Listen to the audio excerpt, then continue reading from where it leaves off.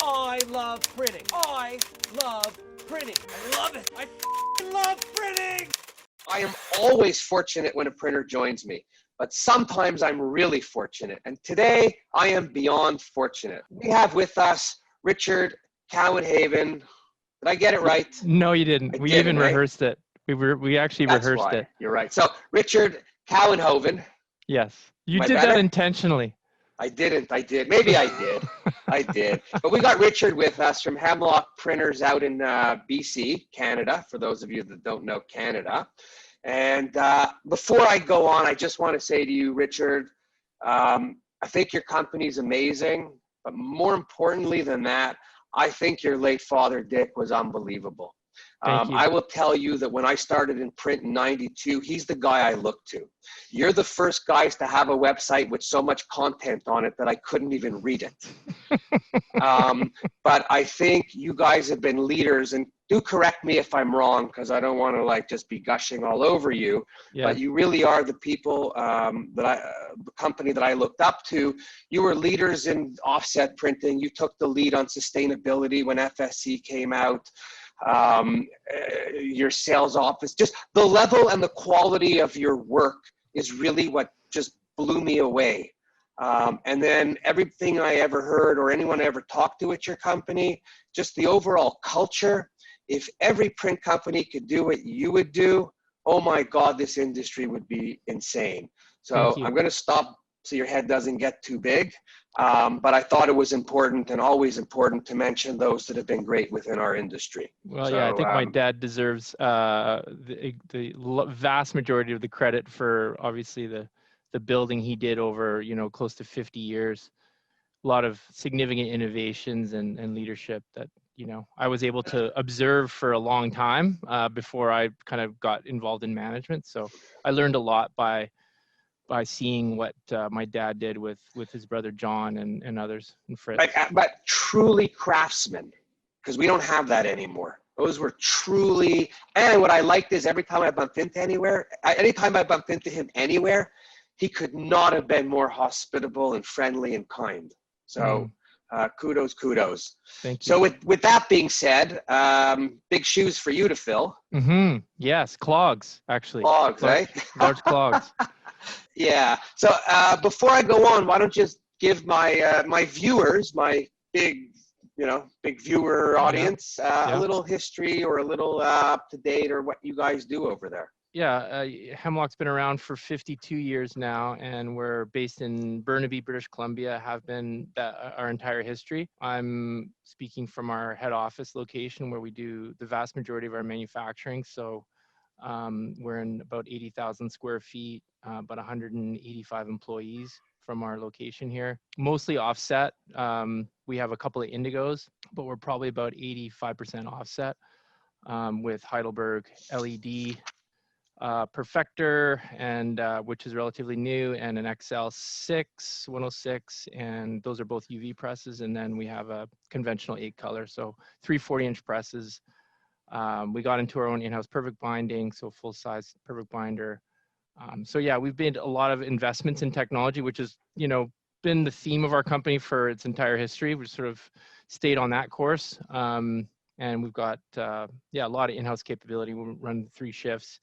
And we are a large exporter into the US, so we have 2 sales offices in the US, which is accounting for, depending on the year or the month, somewhere between 35 and 45% of our sales. So quite a significant part of our business is generated from the US, mostly the West Coast. Good when the dollar's flying on our side. Yeah, certainly is a help. Not so good when it goes the other way and you didn't cost it, but yeah. But yeah, no, we have diversified quite a bit in the last 5 or 6 years, getting into fulfillment as well as wide format. So we have 2 dedicated businesses outside of Hemlock, one called Hemlock Harling, and the other one called Prism Tech, which we just recently acquired in September. So we're sort of building complementary businesses that support our core sales, but we're maintaining those as distinct entities because they're very specialized.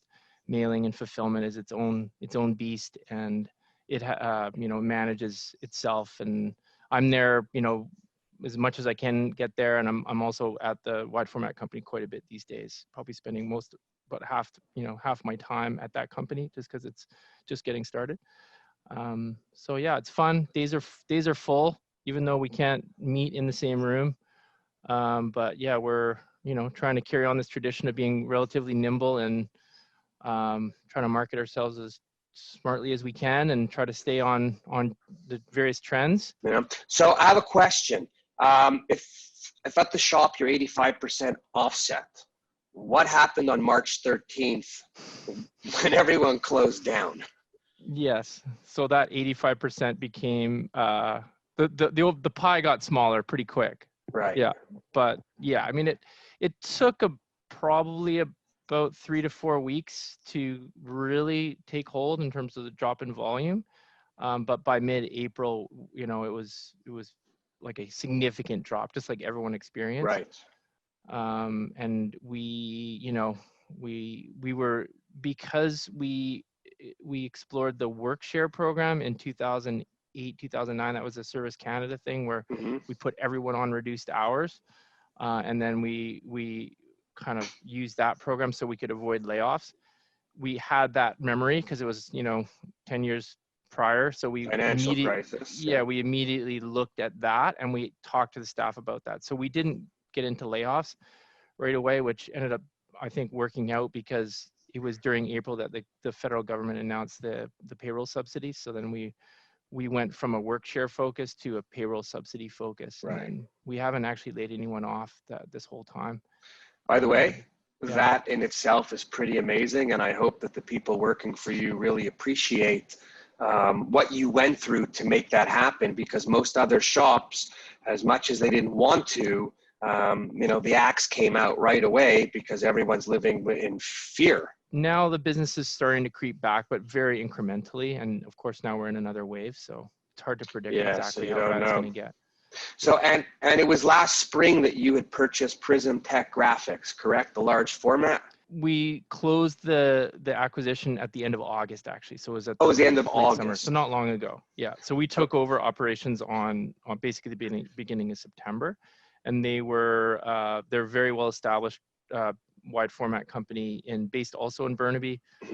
25 years in business, about just shy of 30 employees. So yeah, so we've kept the name, everything's continuing, hired the staff.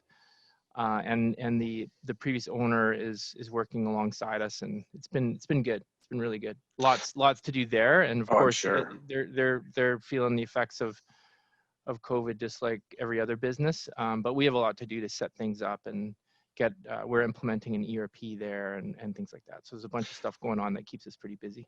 Well, I think also with the new addition, because you weren't doing it before, your customer base now is, you have a little bit more to offer them. So I think that's good, right? Our sales team's pretty excited. We were already in the wide format business, but nowhere near. Not in the same way. Right. Yeah, so all of a sudden things that we were, probably, going to be challenged to take on, we can now take on. So yeah, it's exciting. And we are, like, as much as these times are brutal, we are trying to look past it and figure out where do we want the business to be when things come back, and just do everything we can in our power to keep everyone in the boat and keep the business strong until we get to that point, so that we don't have to do any rebuilding. That's the ideal scenario. Right. Wow. So a question, I always have a question. You started and don't answer what you don't want. I just have to ask. I'll just write it down that you wouldn't answer me. Yes. just, we can do a long mute, beeping noise or something like that. So when did you start talking to Prism Graphics? Well, I think we've just been wondering what the next step for that business was for several years. So we weren't totally sure what we were going to do. But I think there's, just like any market, there's established businesses that are not 100% sure what their next step is going to be. And so, yeah, that conversation, I think, started probably a year and a half, maybe even 2 years prior. So my real question in there is, you guys started talking. I'm sure by when spring rolled around, you had the makings of a deal and you were planning. What happens when the question really is, what happens when a pandemic happens or hits, because we've never experienced it? You're in the middle of a deal. Work comes to a halt. No one knows anything. Do numbers get adjusted? Do prices get adjusted? Did you slam the guy? And I know you don't do that. I'm just trying to make You're a little recording this and it's going on YouTube, is that right? Yeah, no, but I know, listen, I know that the deals are all up. I'm just curious how a deal finishes when it starts off and everything is great, and within 2 months the world's collapsing. The former owner's heart must have dropped to his feet. Yeah, I mean, I think, I mean, it didn't actually change our perspective at all. It just sort of, obviously it put more pressure on, okay, how are we going to build this business up? Because obviously it's going to start out in a very challenging environment. But we don't do these things with 6 months in mind or 12 months in mind. We do them for years in mind. So it's the same sort of thing where we go, okay, let's get this thing going, and then obviously COVID's going to be with us for 6 months, 12 months, 18 months, who knows how much longer. But obviously the recent news is encouraging on the vaccine, so that would be good. But yeah, we just stayed the course. Of course, it changes. It does change the dynamics of the discussion, but it wasn't at any time like some kind of, we were both looking to throw in the towel. That never came. No, but into like, it. I never ask. I'm not asking dollar amounts or anything. Yeah. It's not my business, because you're public, you're private, not public.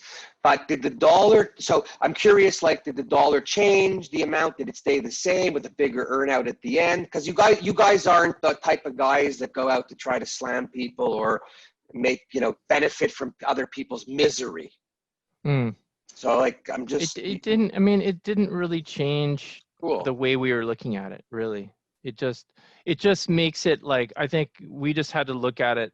Are we committed to this or not? Right. And then it just put more pressure on our decision to kind of stand behind that business and go ahead with it. But we were also there was some timing pressure on this because we were operating out of a different facility for our wide format business Right.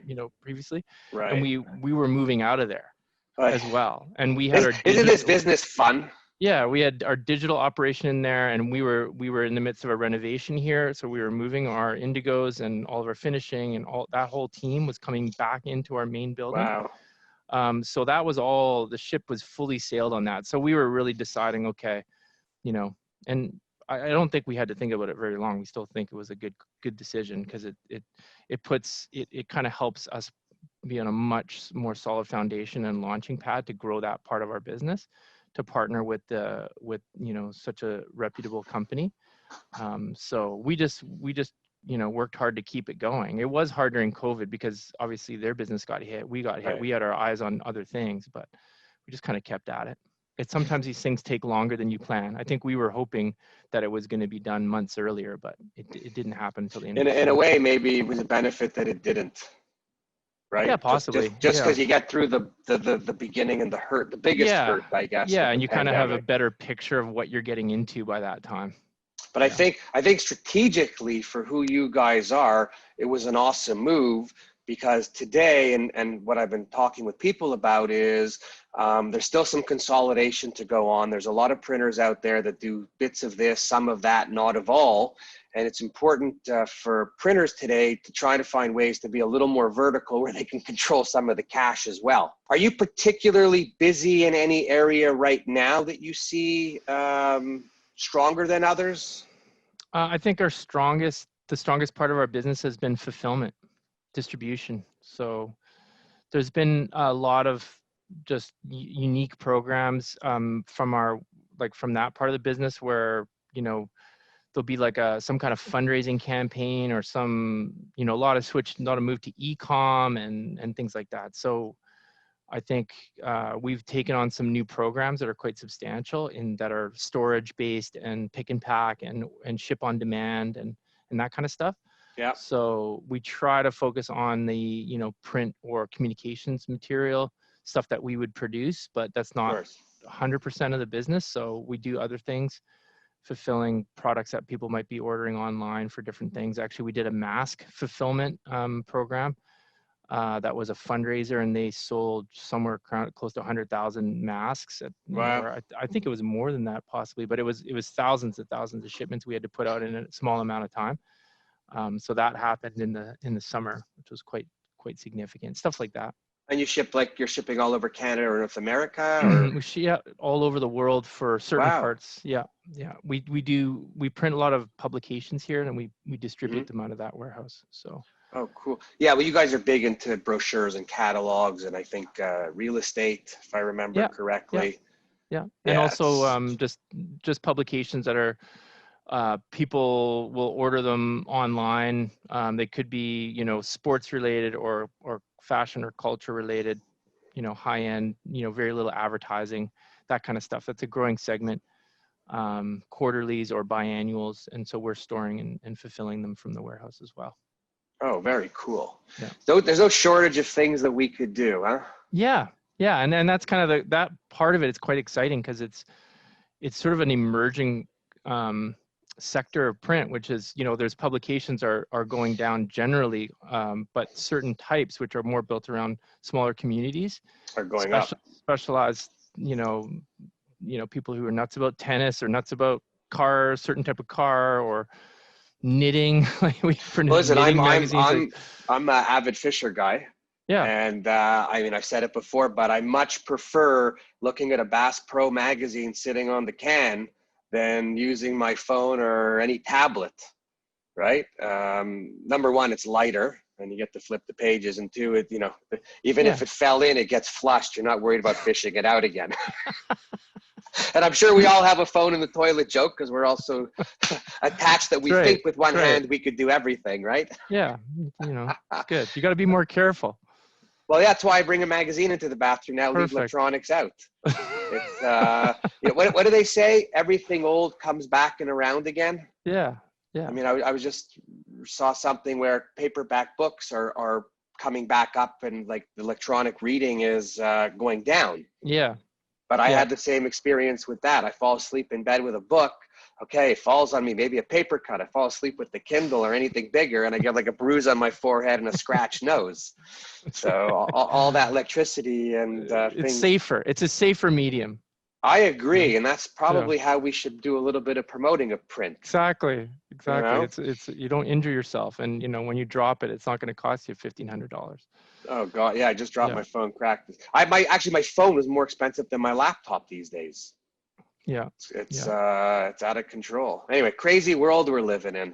Yeah, crazy definitely. world. It just loud in Vancouver. How the other printers doing? Like if you speak or you know, or is there any type of community? I think it's generally difficult. You know, like, you know, you hear from the paper community that things are challenging out there. But yeah, I think it's, you know, it depends on what sector you're in, because I'm sure there's some that are doing pretty good. But if you're sort of in that general category where you were doing a lot of marketing type stuff, I mean, just probably taking that marketing. Yeah, well, marketing. So I think, yeah, I mean, we're trying to be as nimble as we can and roll out new things and, you know, focus on operational efficiency things while doing fairly active marketing, while trying to build specializations, you know, in certain product groups that we feel are going to grow. So I think every printer just has to, you know, just be as quick, nimble as possible, and not, you can't get comfortable, you know, that's for sure. Well, I think I'm trying to look at COVID. I'm trying to look at the positive things in COVID, right? Because we could all sit there and knock them. I think one of the positive things in COVID is, for a lot of people, it's brought families back together. It's brought parents eating with their kids again. And although maybe after a few hours we're getting a little sick and antsy and we want to get out, but on the most part, it's bringing people together because we have a common cause. And then if I flip to businesses, you know, when things are cruising, you're not really looking at everything. With what's happening with this pandemic, from everyone I'm talking to, people are starting to go through their shops from top to bottom, only about improvement. And how to make it better. And there's more people cross-training people now because of everyone moving around. And we used to cross-train. We used to cross-train for the last 10 years. And what was great about that was the people in the business that worked for me were happy. They felt that I was investing in them, that I was educating them, and that they were, whether they stay with me or not, they were learning new skills that they could take with anywhere they want. Yeah. And we were never down because everyone would go somewhere else to work if we needed it. Yeah. Yeah. So those are a couple of the and we're things. doing the same. Like we needed help in purchasing, and someone from our estimating department jumped in and is now going to work in that area for a year. She's, relatively new addition out of BCIT. For her, it's great because she's going to learn some new skills. So yeah, I think I agree. And there's so much to do, as always. Like if the work isn't there, then you got to turn your attention to how to improve the business for when things are going to start picking up again. And we just came out of some strategic planning about a week and a half ago, and we have kind of jotted down about 12 months worth of work, and we have a lot of really high value things on the table. Cool. I also think too, just by the way, that's the key, high value. Yeah, this is big stuff. Like, you're always trying to work on solving things that you may have been tried to solve, years ago and didn't quite get there. You still keep hammering away at it. I kind of joke sometimes that I'm working on things my dad tried to solve like in the 90s, like where you just keep going and just keep at it until you get it, Eventually you get it, and then you have something else to deal with. Exactly. Because they change the technology, or they change the equipment, or the process, right? It's that little whack-a-mole thing. Yeah. But yeah, I think the big thing for me that I feel very proud, because we did manage to get off of an old ERP onto a new ERP, and now a lot of things you want to do are now actually possible. Some much more intelligent reporting, integrating, job planning to pre-press, connecting your equipment to your scheduling, like all that stuff we want to do is now actually doable. But it's hard. It's hard. And it's the time-consuming thing, right? Yeah. And none of them are a gimme, even though when you're in a software demo, it seems like, oh yeah, we just flip that switch and it'll all work perfectly, right? Well, the one thing that I learned when we were always an Avanti Classic user since '92, and then in 2014 or 15, I made the switch to Avanti Slingshot, which today is a great software. Back then, like buying a car, don't buy it new when it comes out. Yeah. What I realized when I did that change up was more than the software, it's your people. Yeah. Because you need to have the right people on board to implement it, or unintentionally it gets sabotaged. Yeah. Well, you have to be committed to it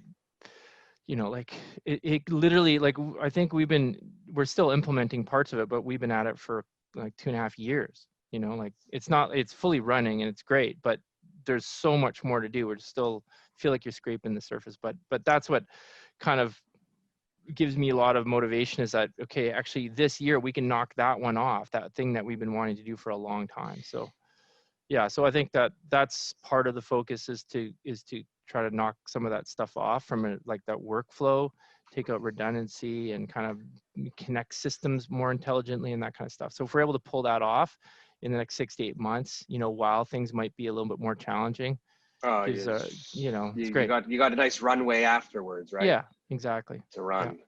Wow, it's like there's no shortage of things to do. I agree, and it's good. World. It's good. Keeps us out of trouble. But yeah, it would be nice to go do some fishing, or do some, maybe I'll get out, do some skiing or something like that.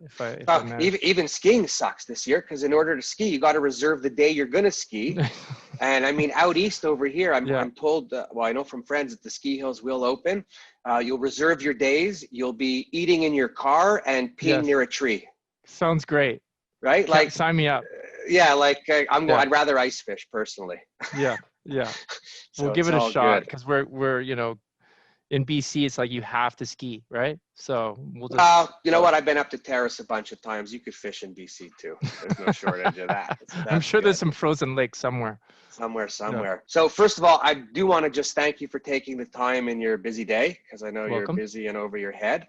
Yeah. Let me know ever if there's anything you want to get out there, if you're doing Sure. something new, because I love to talk about new stuff, and I really like to talk about everything that you're doing. For anyone listening, go check out their website. It's hemlock.com or hemlocksprinters.com. Hemlock.com.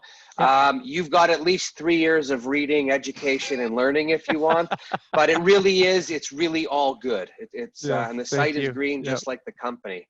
Yeah. So it's all good. So I'm going to thank you again.